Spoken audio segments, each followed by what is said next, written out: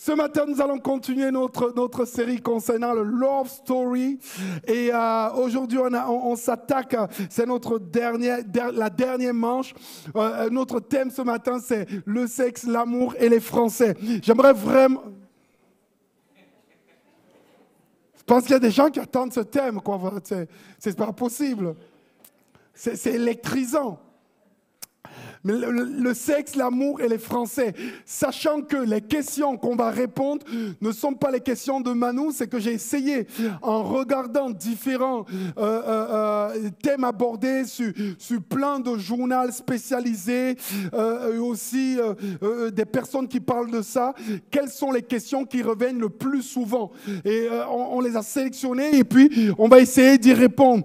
Nous croyons que la foi, le salut en Jésus est un salut holistique. Il nous sauve âme, corps et esprit. Et il n'y a aucun domaine qui dépasse Jésus. Dis voisin, voisine.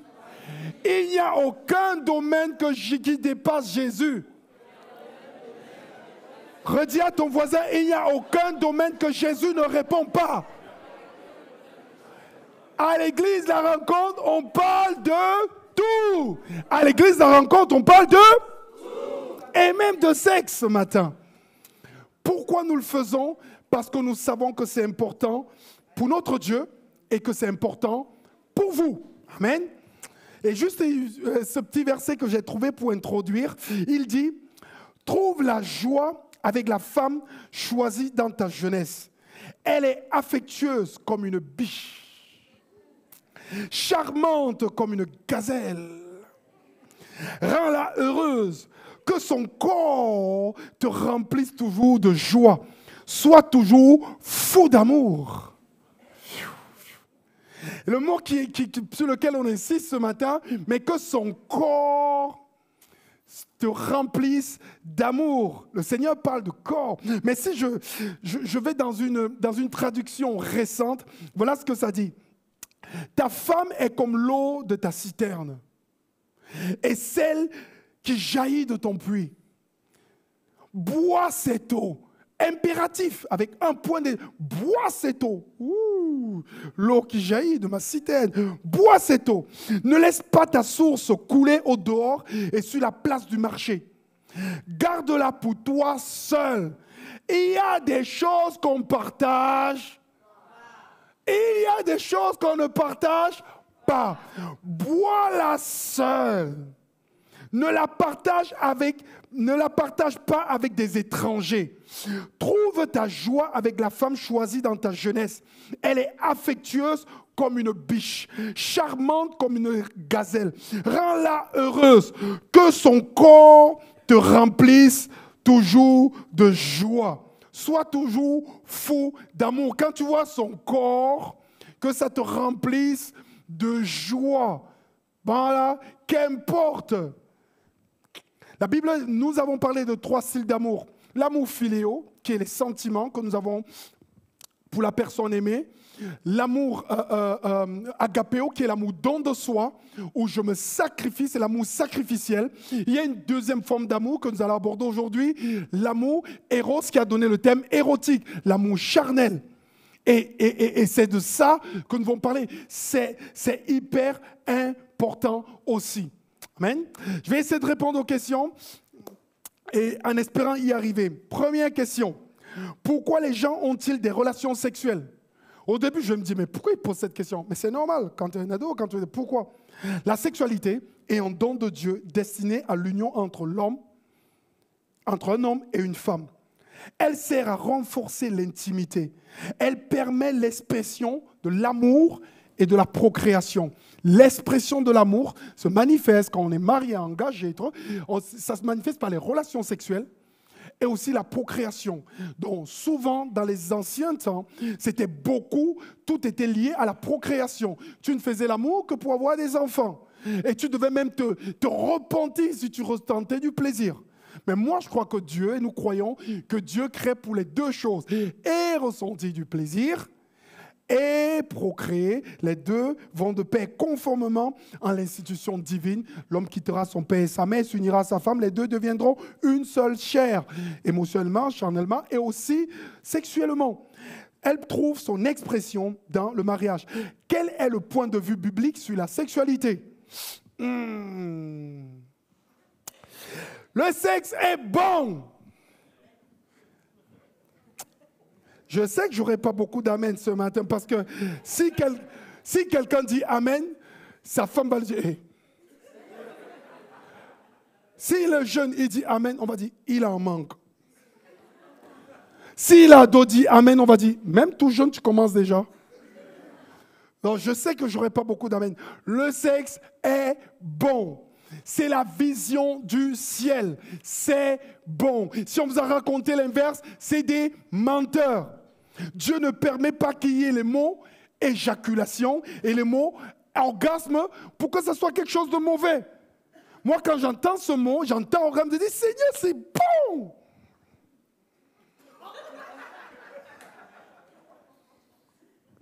Vous avez un pasteur bizarre. Quand on a implanté l'église ici à Toulouse, je me suis dit, il ne faudrait pas aller Manouda. Oh, vraiment.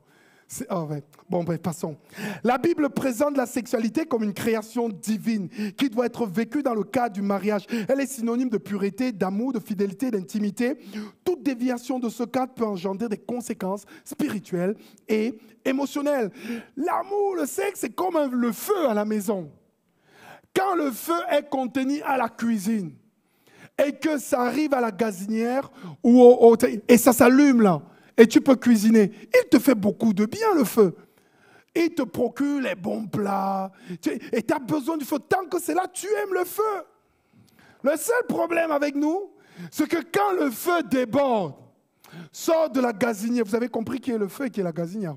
Sort du feu. Pour moi, le feu, c'est l'amour qui s'exprime même par le sexe. Mais la gazinière, pour moi, c'est le mariage. Quand le feu reste dans la gazinière, il fait beaucoup de bien. Mais quand il commence à brûler partout,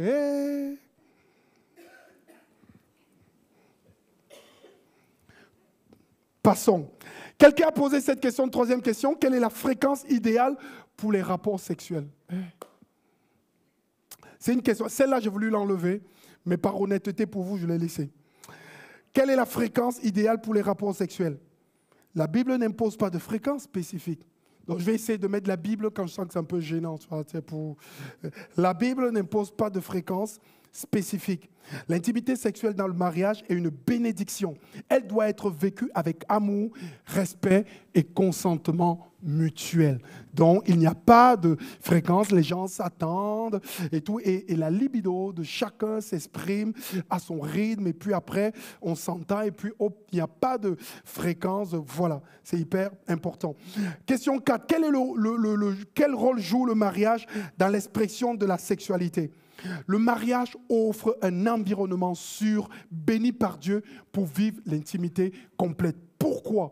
Parce que même aujourd'hui, dans la société actuelle, le cadre le plus sécurisant pour la famille, même dans les lois françaises, c'est le mariage. C'est pour ça qu'on interdit même aux gens de vite se marier parce qu'ils disent « c'est trop sécurisant, il y a trop de bordage dessus ». Pourquoi c'est le mariage? Parce que quand tu te maries et que tu te maries en Jésus-Christ, Dieu vient au milieu de ton mariage. Les deux vont à la mairie, bien sûr, et les deux viennent devant le Seigneur. On prie et Dieu bénit leur union, là. Et quand Dieu bénit, il vous accompagne. Ce qui fait que l'amour agapéo, le fait de s'engager, d'être engagé pour la vie, le fait de s'aimer, d'être engagé, permet que tout est préparé. Et Dieu vient nous aider même dans tout ce qui est rapport sexuel et nous bénir. Ça veut dire que l'action, la faveur de Dieu est au-dessus de ce que nous sommes en train de faire et de construire. C'est là le rôle du mariage. Dans ce cadre, les époux s'unissent.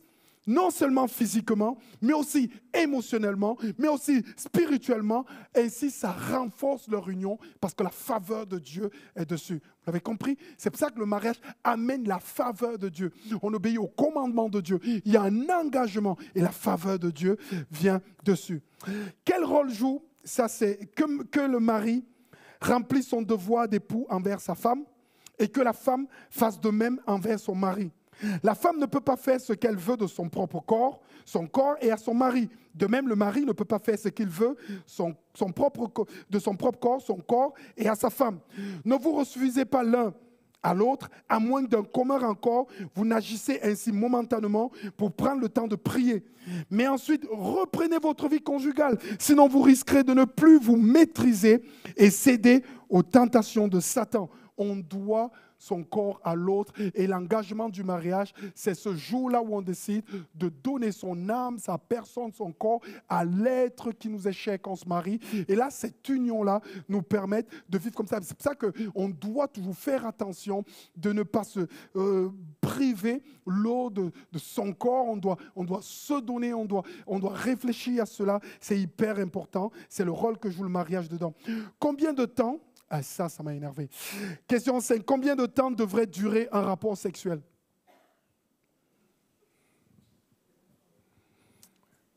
Là, je laisse un peu le temps calme, il n'y a plus personne qui parle. Combien de temps? Quand j'ai vu la question, j'ai dit, la Bible ne nous donne aucune... Vous avez vu que quand la question elle est gênante, toujours on commence par la Bible. La Bible ne nous donne aucune prescription sur la durée. Ce qui compte, ce n'est pas la durée, c'est la qualité de l'union. C'est sûr que des gens affamés sexuellement vont dire non, il faut c'est la durée. Les bonnes choses ont une fin. C'est la qualité, ce n'est pas la durée, c'est la qualité de l'union. La présence de l'amour, le partage sincère entre les époux, plus que la performance ou la durée. On est dans une société où on doit produire la performance. Il y a même des gens, avant de se marier, ils commencent à trembler. Ils disent, mais est-ce que je vais arriver? C'est un coup de stress. Ils se disent, mais je ne connais pas comment faire. Un jour, j'étais avec quelqu'un qui allait se marier il y a 2 semaines. Et il a grandi dans une église. Et du coup, il était vierge de tout. Et il me disait, je veux me marier, mais trop dans l'église, on ne m'a pas dit comment ça marchait. Il me dit, toi, tu peux me dire. J'ai fait, J'ai dit, comment tu viens me demander de... J'ai dit, écoute, ça se passe comme ça. Moi, je savais un peu le peu que je savais. Je lui ai dit le peu que je savais. Et il me dit, je ne comprends pas tout. J'ai dit, prends rendez-vous. Parce que c'est pas... Et du coup, je lui ai expliqué. Mais je lui ai dit, par-dessus tout, j'ai senti. Il me dit, mais j'aime la femme. Je dis, c'est ça qui compte. J'aime et voilà, ça va être très bien. Je sais qu'on est dans une société où il faut performer, il faut oublier ça. Nous, notre cadre, c'est l'amour. Et on se donne à l'autre. Et on ne cherche pas notre plaisir, on cherche le plaisir de l'autre. La meilleure relation sexuelle, c'est quand on ne cherche pas à prendre, on cherche à donner. Quand on cherche à être avec l'autre, quand on cherche à rendre l'autre heureux, il y a plus de bonheur à donner qu'à... Et c'est la même chose. Si tu cherches le performing, si tu cherches la durée, 1, tu seras dessus, 2, voilà. Donc dans la durée, quand même, les scientifiques disent, les statistiques disent, c'est de 3 minutes à 44 minutes. Bon, bref, passons.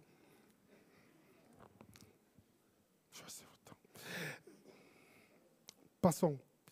Question 6. Est-il acceptable d'explorer les différentes pratiques sexuelles dans le couple?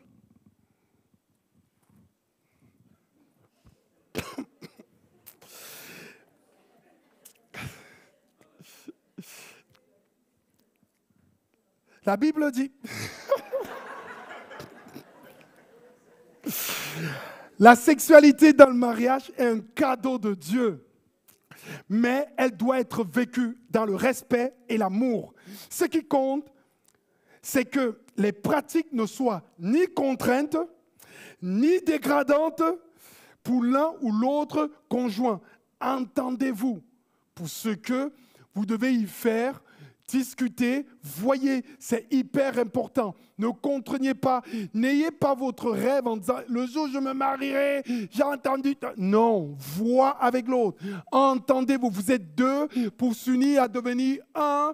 Et voilà, tranquillement, prenez-le, acceptez, mourrez parfois à certaines frustrations que vous avez pour aimer, aider l'autre. C'est le don de soi et c'est le sacrifice. Quand nous signons à la mairie, quand on va pour se marier, on accepte de se sacrifier pour l'autre.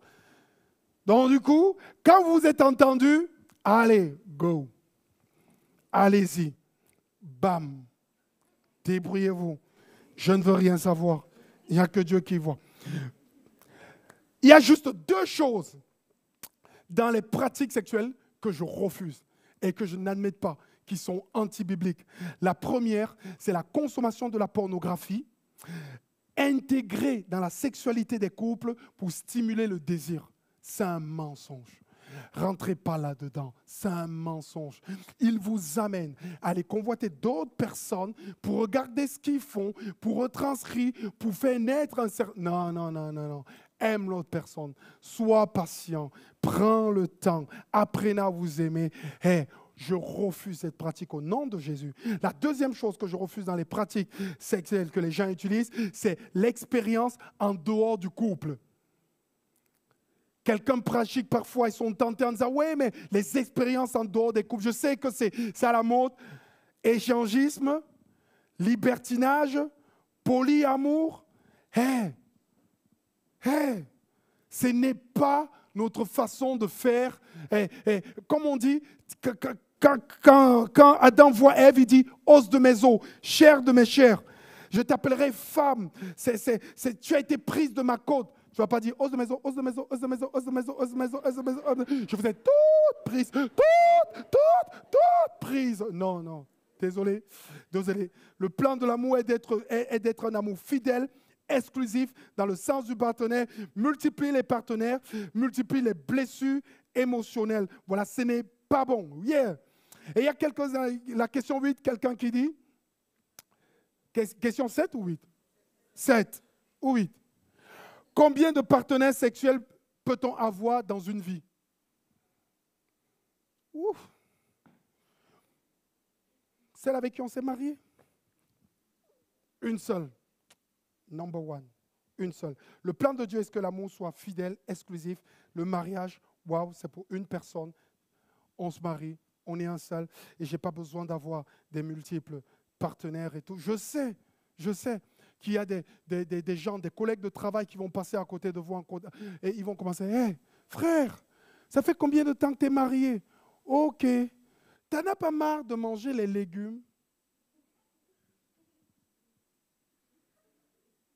Tu ne veux pas goûter de la viande? Réponds à ton collègue de travail.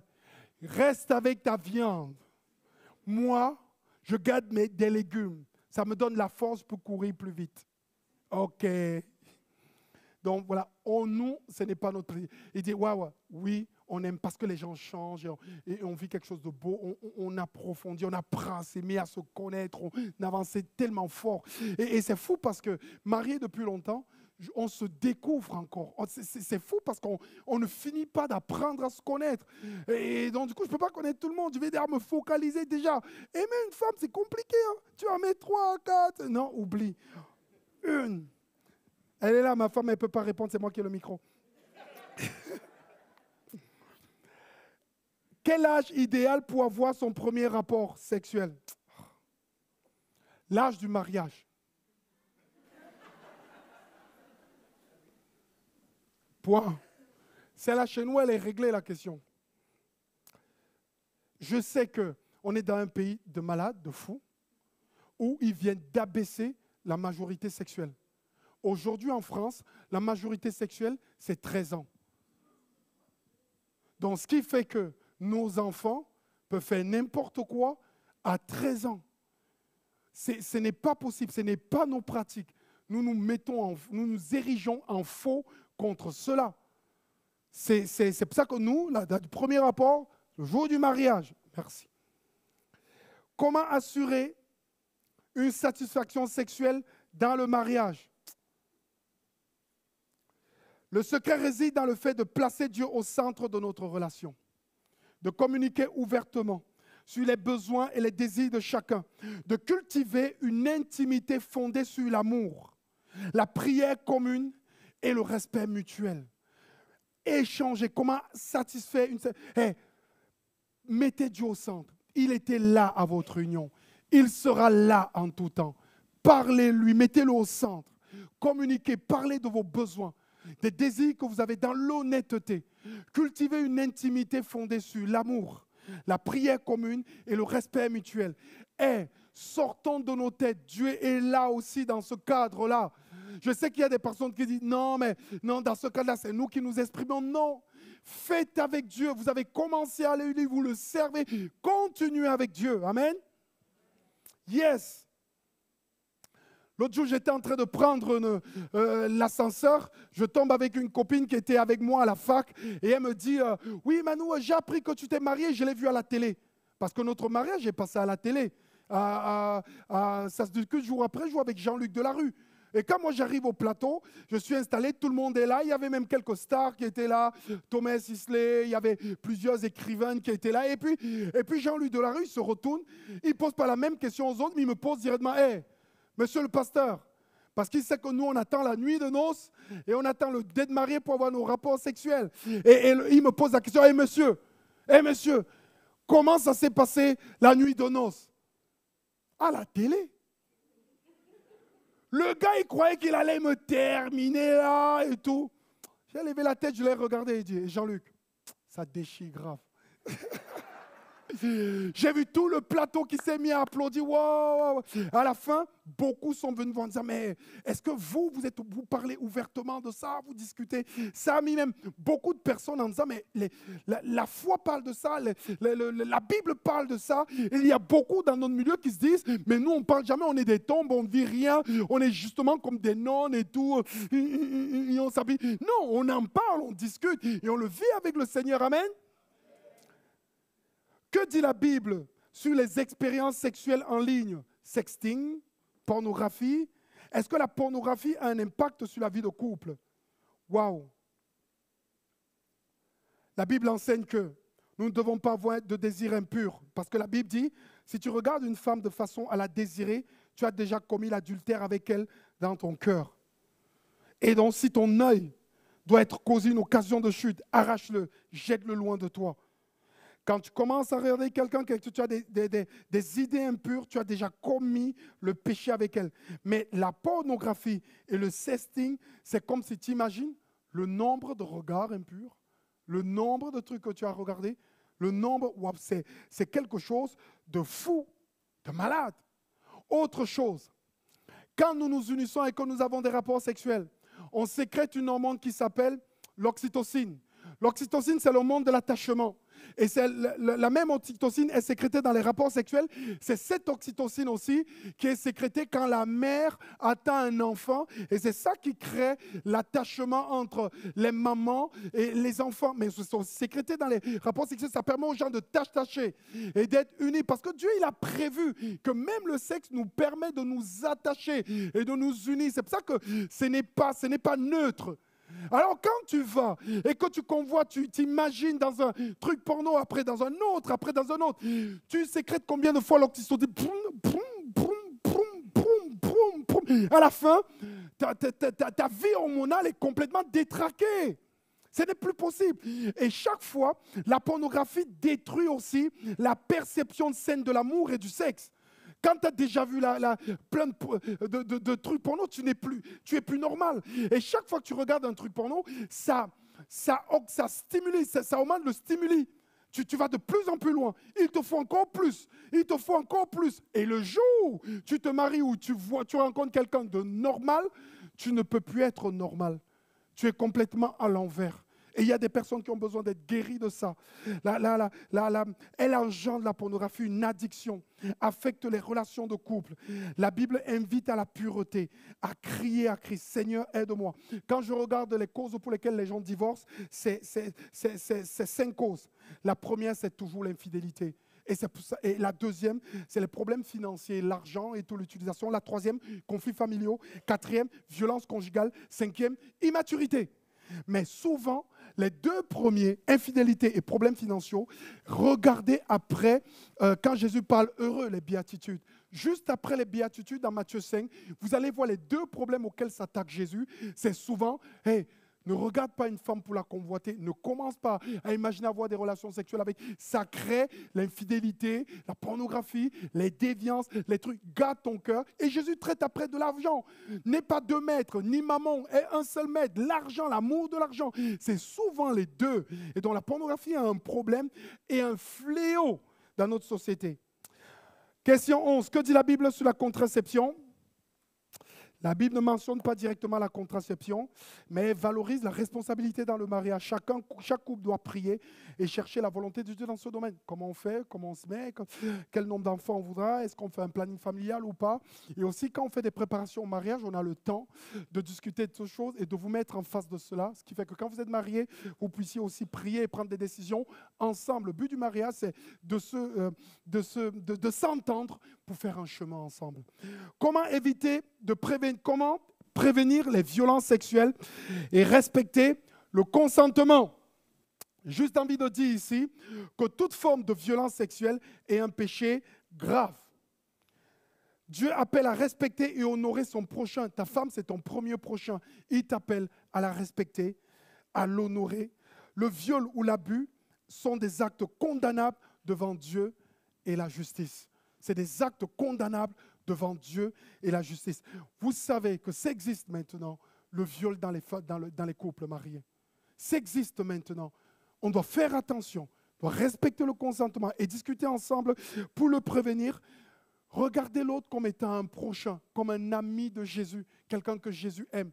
Et faites tout pour ne pas lui faire du mal et l'aimer, la respecter, soutenir la personne, l'encourager et la bénir. C'est condamnable devant Dieu. Question 13. Que dit la Bible sur l'homosexualité et les diverses orientations sexuelles? La Bible nous enseigne que l'homme et la femme ont été créés pour s'unir, l'homme et la femme. Mais la Bible dit que les hommes, ils ont abandonné par leur passion, leurs femmes, ils ont abandonné leurs femmes, ils ont renoncé aux relations sexuelles naturelles pour se livrer à des pratiques contre nature. Les hommes, de même, délaissant les rapports naturels avec le sexe féminin, se sont enflammés de désir les uns pour les autres. Ça, c'est Romains 1, 26. Ils ont commis entre hommes et femmes des actes honteux et ils ont reçu en leur personne le salaire que mérite leur égarement. La Bible est foncièrement contre parce que Dieu n'a pas prévu les choses comme ça. C'est clair et net. Mais seulement, nous aimons les gens.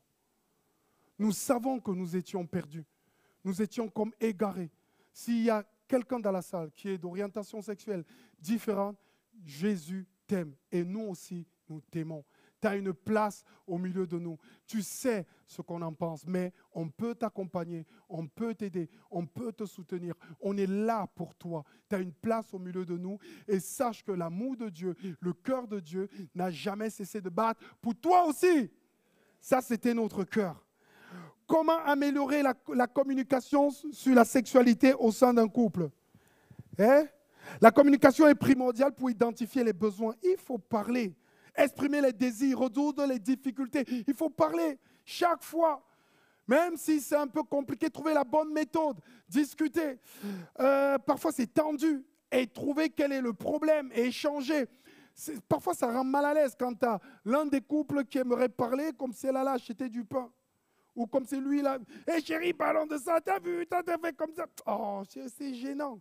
Donc quand tu sens que c'est un peu gênant pour l'autre, trouve la bonne posture, le bon truc, pour essayer de parler, mais il faut aller jusqu'aux difficultés et peut-être voir comment comprendre. Et il n'y a pas de souci. Vous pouvez aussi ensemble voir quelqu'un d'autre qui peut vous aider à cela. Il n'y a pas de mal à cela. Si la personne est chrétienne, elle peut vous accompagner et vous encourager.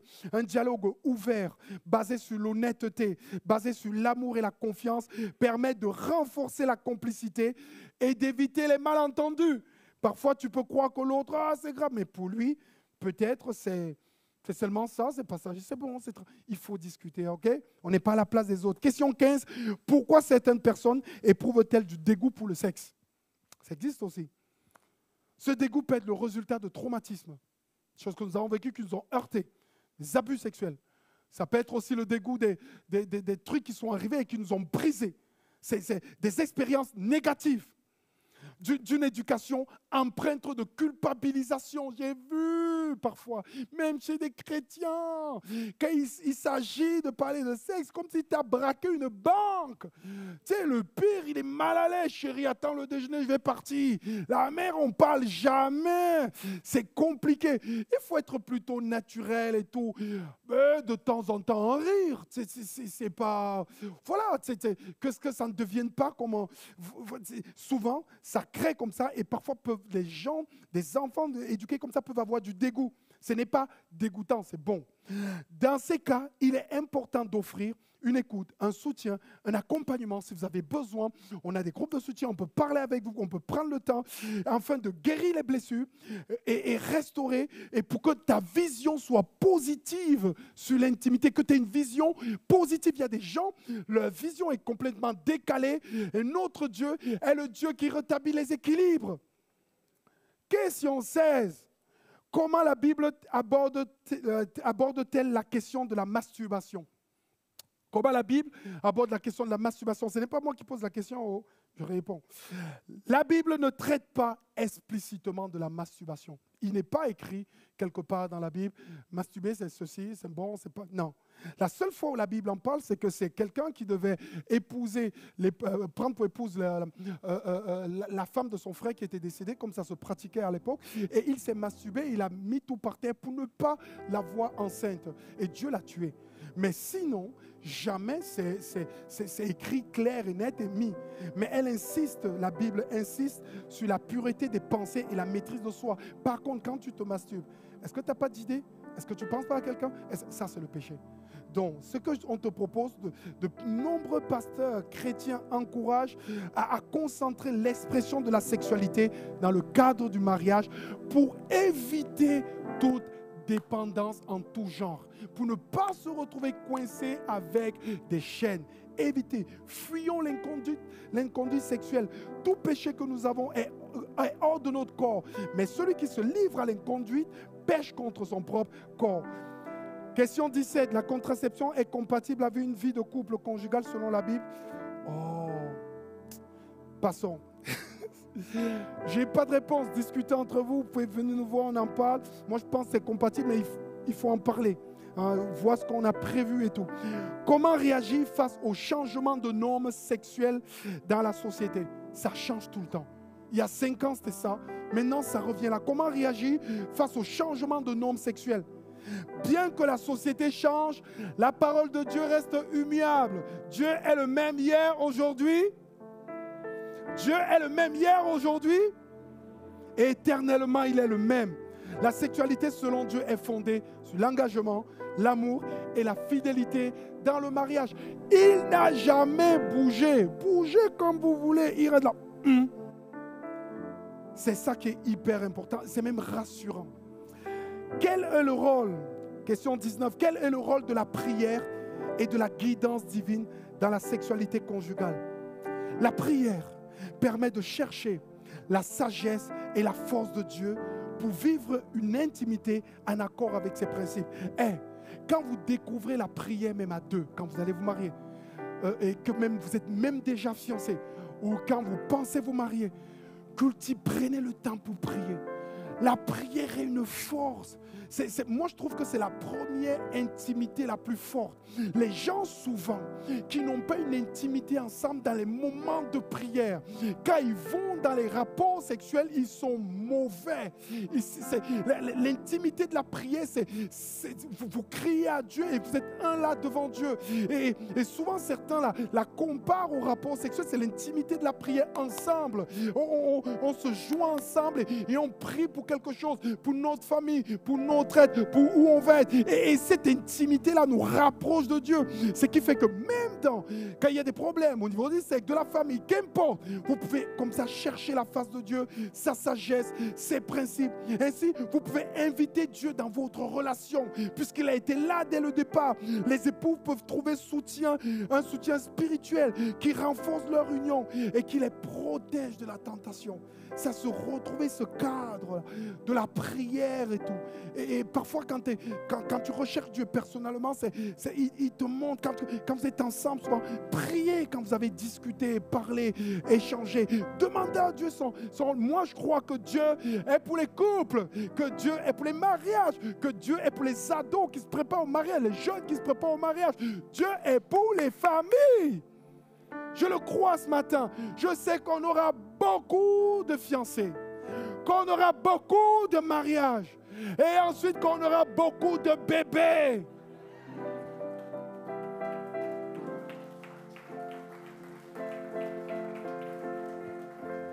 Ceux qui ont un enfant, pensez au deuxième. Ceux qui ont 2 enfants, pensez au troisième. Ceux qui ont 3 enfants, réfléchissez. Non. Pensez au 4e. Nous voulons être une église qui se multiplie, mais qui se multiplie dans le Seigneur. Dieu est favorable, il se passe quelque chose nouvellement ici. Ouvrez vos cœurs, parce que la bénédiction de Dieu, elle est pour nous. Elle est pour nous au niveau relationnel, elle est pour nous au niveau travail, elle est pour nous au niveau spirituel, elle est au niveau sexuel et dans tous les sens. La bénédiction de Dieu, elle est globale pour notre vie. Ce n'est pas qu'un endroit. Donc maintenant, ayez parfois la force de répondre à vos collègues, vos amis et même à vos propres pensées qu'elles viennent vous turlupiner. Répondez et dites, mon Dieu a tout prévu. Ma vie est entre ses mains. Tous les domaines sont entre ses mains. Il me guérira, il me bénira. Est-ce qu'on peut prier le Seigneur ce matin? Seigneur, nous croyons que tu es Dieu, que tu es extraordinaire, que tu es bon. Seigneur mon Dieu, nous croyons que tu nous as destinés à te connaître et tout ce que tu as créé est bon. Seigneur mon Dieu, nous croyons que notre corps, notre être, Seigneur mon Dieu, le sexe, tu l'as créé pour que ce soit bon. Seigneur mon Dieu, qu'on puisse le vivre avec, pratiquer, bénir. Seigneur mon Dieu, notre famille, notre foyer avec. Seigneur mon Dieu, merci parce que nous croyons que tu es le Dieu de toutes choses. Seigneur mon Dieu, tu veux nous bénir et nous bénir au-delà de nous-mêmes. Seigneur, je vois la bénédiction venir. Seigneur, je vois la bénédiction venir. Elle vient sur des familles, elle vient sur des hommes sales, elle vient sur des femmes sales, elle vient sur des enfants et des ados. Seigneur, nous voyons la bénédiction venir dans les couples, dans les maisons, dans les familles. Mois après mois, ça monte. Mois après mois, ça monte. On sent la satisfaction de Dieu. On voit l'épanouissement, Seigneur, des jeunes gars, des jeunes filles, des familles, des adultes, des plus âgés. On voit ta main posée sur cette ville.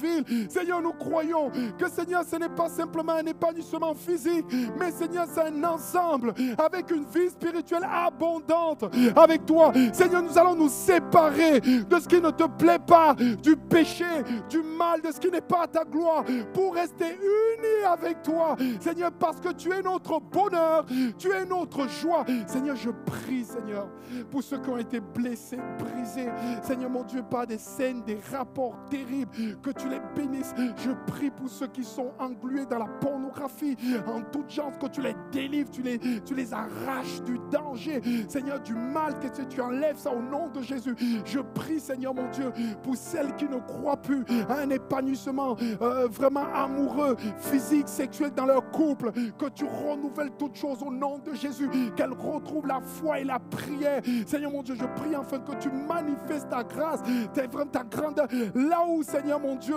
la terre a séché. Envoie la pluie, envoie la pluie, envoie la pluie. Là où la terre a séché, envoie la pluie. Seigneur, la bénédiction.